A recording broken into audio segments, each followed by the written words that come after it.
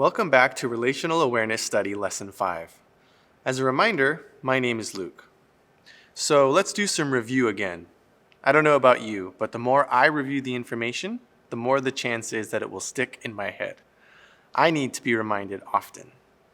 So far, we have learned how to identify healthy and unhealthy relationships, how to practice love, and what is God's idea of submission. As Jesus takes the lead in loving and sacrificing for us, the husband takes the lead in loving and sacrificing for his wife. Both husband and wife must respect each other because there can be no love without respect. An attitude of criticism is destructive in a relationship, but that does not mean that we shouldn't confront problems. In a healthy relationship, both parties lovingly confront behavior that tears down the relationship. When you become aware that something is tearing down the other person, it needs to be discussed in a loving way. In our last session, we learned about headship in marriage and how marriage operates as a body. The head and body are mutually dependent. For example, the finger touches something hot. It communicates the pain it feels to the head. The head communicates its concern to the finger and guides the other parts of the body in aiding the finger to escape the heat. We evaluated the relational patterns and tendencies of kindness, selfishness, and abuse. In our human nature, we tend to be selfish. With God's help, we can operate in kindness. But if we allow our selfishness to control us, we can fall into abusive behavior. Today's lesson is called Marriage Designed. We will read the first 2 chapters of Genesis to help us understand God's original intention for the marriage relationship. There is no greater love than what God has shown the world through his creation and his sacrifice. Marriage is a tangible way for us to understand more about his love. Satan continually tries to destroy the most beautiful thing God created, marriage. There are many evil distortions of marriage. They do not even come close to representing God's great love for the world. Male and female were made in God's image.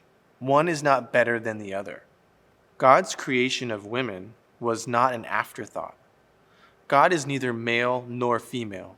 Interestingly, in the Bible, God is sometimes referred to as a mother. Every person God created has equal value. God's will is not for either person in the marriage to feel less valued. God told Adam and Eve to take dominion over the earth, not over one another. God's plan was never for one person to dominate the other, or for one person to mistreat the other. Domestic abuse is all about one partner dominating the other. When one person tries to control another, God's love cannot be part of the relationship. God's design for relationships was not dominance over weakness, but rather protection and caring for the weak. God is an unselfish God, and he designed all humans to be unselfish like him. The fruit of the Spirit in Galatians 5 needs to be embodied in the marriage relationship, more than anywhere else on earth. This fruit has 9 characteristics: love, joy, peace, patience, kindness, goodness, faithfulness, gentleness, and self-control. Take some time to study the fruit of the Spirit. Oneness in marriage is based on both partners giving and serving. We don't lose our identity when we are united with Christ. We don't lose our identity when we are united with our spouse. To illustrate a man and a woman becoming one, here are 2 pieces of paper, one pink and one blue. Each is complete on its own. When you glue the 2 pieces together, the 2 become one, yet maintain their own identities. The pink and the blue don't merge and turn to purple. That's how it is in marriage.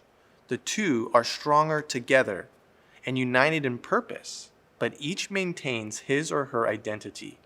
They can express their ideas, likes, wishes, and opinions without criticism from their partner. Our goals for today's lesson are: 1, to understand God's intention for marriage; 2, to see the dynamics of oneness in marriage; 3, to understand that God doesn't favor one gender over another. The scripture for today is Genesis 2:24. A man leaves his father and mother and is joined to his wife, and the two are united into one. You'll be watching a short video of a testimony. Feel free to leave the room momentarily if you feel triggered. In domestic kindness, we like to say, if you can be anything, choose to be kind. Enjoy today's lesson.